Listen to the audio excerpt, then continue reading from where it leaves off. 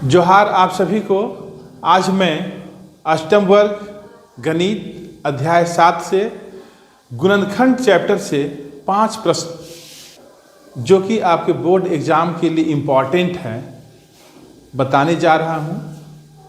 उम्मीद है जो मैं क्वेश्चन बतलाने जा रहा हूं उसी टाइप के प्रश्न जो आपके बोर्ड एग्जाम होंगे उसमें पूछे जाएंगे, इसलिए आप लोगों को ध्यान से देखना है और समझने की कोशिश करना है। ओके, आप लोगों के लिए क्वेश्चन नंबर 1, 8p - 24q का गुणनखंड होगा। इस प्रश्न का गुणनखंड कौन हो सकता है? Option A, B, C, D दिया हुआ है। यहाँ पर आप ध्यान दें, ये दोनों टर्म में हम लोग क्या कॉमन ले सकते हैं? हम लोग कॉमन ले सकते हैं 8। क्या कॉमन ले सकते हैं? 8। जब 8 कॉमन निकालेंगे तो यहाँ क्या बचेगा? P, और यहाँ क्या बचेगा? 8 तिया 24 होता है। 8 से 24 को भाग देंगे तो कितने बार में कटेगा? 8 तिया 24। तो जब मैं यहाँ से 8 कॉमन निकाल लूँगा तो यहाँ बचेगा 3q। क्या बचेगा? 3q। तो आपको देखना है 8 कॉमन तो होगा ही, P - 3q। ऑप्शन A सही आंसर है। ठीक है, कोई दिक्कत नहीं है। अब मैं आप लोगों को क्वेश्चन नंबर 2 बतलाता हूं। क्वेश्चन नंबर 2 में क्या है? 15 का अभाज्य गुणनखंड होगा। हम लोग अभाज्य गुणनखंड कैसे निकालते हैं? ठीक है, सबसे पहले 15 का अभाज्य गुणनखंड निकाल के देख लेते हैं।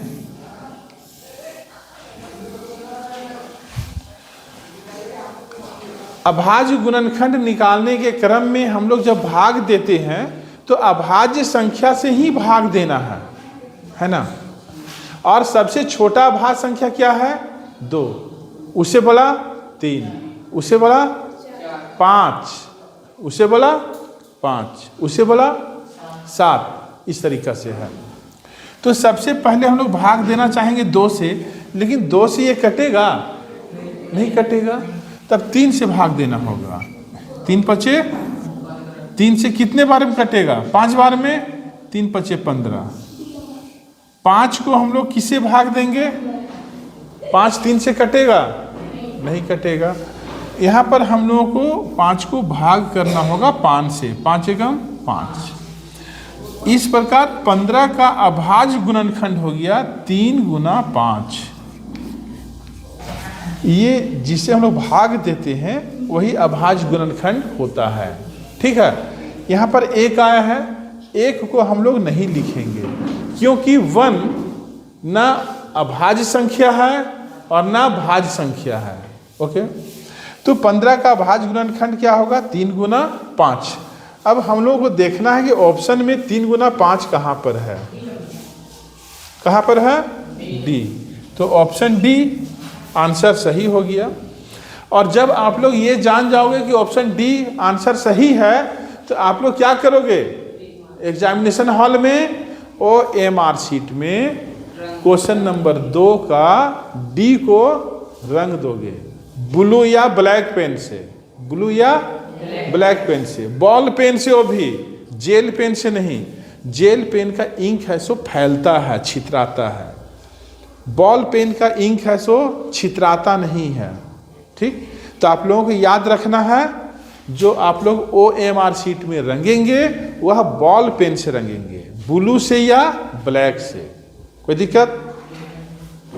आप लोग ध्यान देंगे। अब मैं आता हूं क्वेश्चन नंबर 3 में।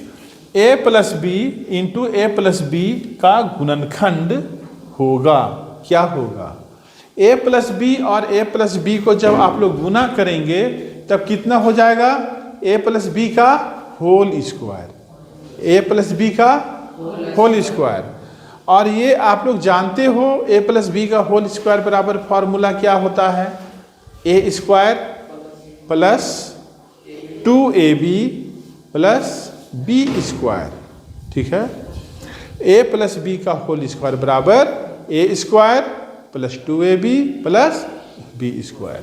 हम लोगों को ऑप्शन में देखना होगा कि यह ऑप्शन कहाँ पर है। Option C, A square plus 2ab plus B square. आप लोगों को करना क्या है, जो भी आप लोगों ने मैथ में पढ़ा है और फॉर्मूला जहाँ जहाँ है उस फॉर्मूला को एक कॉपी में लिख करके उसको रिवाइज कर ले, याद कर ले। फॉर्मूला से रिलेटेड भी कुछ प्रश्न पूछे जाएंगे बोर्ड एग्जाम में। ओके, अब मैं आता हूं क्वेश्चन नंबर 4 में। 16m स्क्वायर माइनस 25 का गुणनखंड है, इसका गुणनखंड क्या होगा। कुछ क्वेश्चन में आप लोगों को थोड़ा सा हल भी करना पड़ेगा, जैसे 16m स्क्वायर माइनस 25, क्योंकि आप लोग थोड़ा बच्चे हो, कुछ कमज़ोर भी हो, कुछ तेज़ भी हो, तो थोड़ा सा हल करोगे तब जा कर के ऑप्शन में पहुंचोगे, है ना। इसे हम लोग क्या लिख सकते हैं, 16m स्क्वायर को हम लोग लिख सकते हैं 4m गुना 4m। जब हम लोग गुना करेंगे 4 को 4 से, तो 4 को 16, m को m से गुना करेंगे तो m स्क्वायर। तो 16m स्क्वायर की जगह पर लिख सकते हैं 4m गुना 4m, माइनस 25 की जगह पर क्या लिखेंगे 5 गुना 5। कोई दिक्कत। अब 4m गुना 4m है तो इसको क्या लिखेंगे 4m का होल स्क्वायर, माइनस 5 गुना 5 है उसको क्या लिखेंगे आप 5 का होल स्क्वायर। कोई दिक्कत। यह a square minus B square के फॉर्म में आ गया। a square minus B square बराबर फॉर्मूला क्या होता है, a plus B into A minus B. A square minus B square बराबर क्या होता है, a plus B into A minus B. ये जानते हो ना। तो यहाँ पर देखें यह a है, 4m को a मान लें तो a स्क्वायर, माइनस 5 को b मान लें तो b स्क्वायर। तो मैंने क्या बताया a plus B into A minus B. तो a प्लस बी, तो a की जगह पर क्या है 4m प्लस b की जगह पर 5, इसके बाद a माइनस बी तो 4m माइनस 5। ठीक है। अब हमें ये देखना है कि यह ऑप्शन, यह जो प्रश्न है इसमें कहाँ पर है। यहाँ तो दोनों प्लस है, यहाँ दोनों माइनस है, इसमें हो सकता है 4m प्लस 5 ये वाला है और 4m माइनस 5 ये वाला है। तो आपका ऑप्शन सी सही आंसर होगा।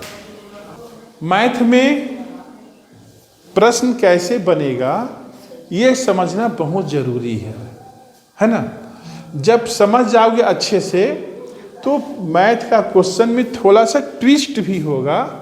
ट्विस्ट कहने का मतलब ये हुआ 16m स्क्वायर की जगह पर कोई दूसरा टर्म भी लिखा जाएगा तो आप लोग बना सकते हो। और यदि आप लोग समझे हुए अच्छे से नहीं रहोगे और सेम क्वेश्चन नहीं पूछा जाएगा तो आप लोग हड़बड़ा जाओगे और गलती कर दोगे। ठीक है, इसलिए समझना जरूरी है और इसीलिए मैं आप लोगों को समझाने पर पूरा फोकस करता हूँ। ठीक है। अब मैं आता हूँ क्वेश्चन नंबर 5 में। यहाँ क्या है 108m स्क्वायर n स्क्वायर भागा 12mn, इसको इससे भाग देना है। तो सबसे पहले लिखिए 108 m स्क्वायर n स्क्वायर बटा 12mn। ठीक है। इसे हम लोग लिख सकते हैं 108 m स्क्वायर यहाँ पर है ना, तो m स्क्वायर को ऐसा करते हैं m गुना m। n स्क्वायर को लिखते हैं n गुना n बटा 12mn। तो 12 एकम 12, 12 नवा 108। ठीक है। एक m और एक m कट गया, एक n और एक n कट गया, तो बचा क्या 9mn, यही ना बचा। अब हम लोगों को देखना है कि 9mn किस ऑप्शन में है? तो ऑप्शन ए में 9 mn है। तो ये आंसर सही हो गया। पढ़ाई अभी नहीं पढ़ोगे अच्छा से ईमानदारी से तो बाद में पछताना पड़ेगा। इसलिए अभी जो समय है, जब बच्चा लोग छोटा रहता है तो उन लोगों को समझ में नहीं आता है कि पढ़ाई का क्या इम्पोर्टेंस है। लेकिन कुछ बच्चे ऐसे होते हैं जिसको छोटा से ही समझ में आ जाता है कि पढ़ाई का इम्पोर्टेंस क्या है, और जिसको छोटा से ही समझ में आ जाता है वो बहुत आगे जाता है, और जिसको बाद में समझ में आता है वो थोड़ा सा उसके साथ दिक्कत होता है। इसलिए आप लोगों को अभी से ही समझ लेना है कि पढ़ाई की इम्पोर्टेंस क्या है और कैसे पढ़ना है, कितना मेहनत करना है। नहीं मेहनत करोगे तो गुजारा नहीं है। तो आप लोगों को इन 5 क्वेश्चनों में समझने में कहीं दिक्कत यदि है तो पूछ सकते हो, ठीक है। Thank you. आप लोग क्या करेंगे, सभी प्रश्नों को अपने कॉपी में उतार लेंगे।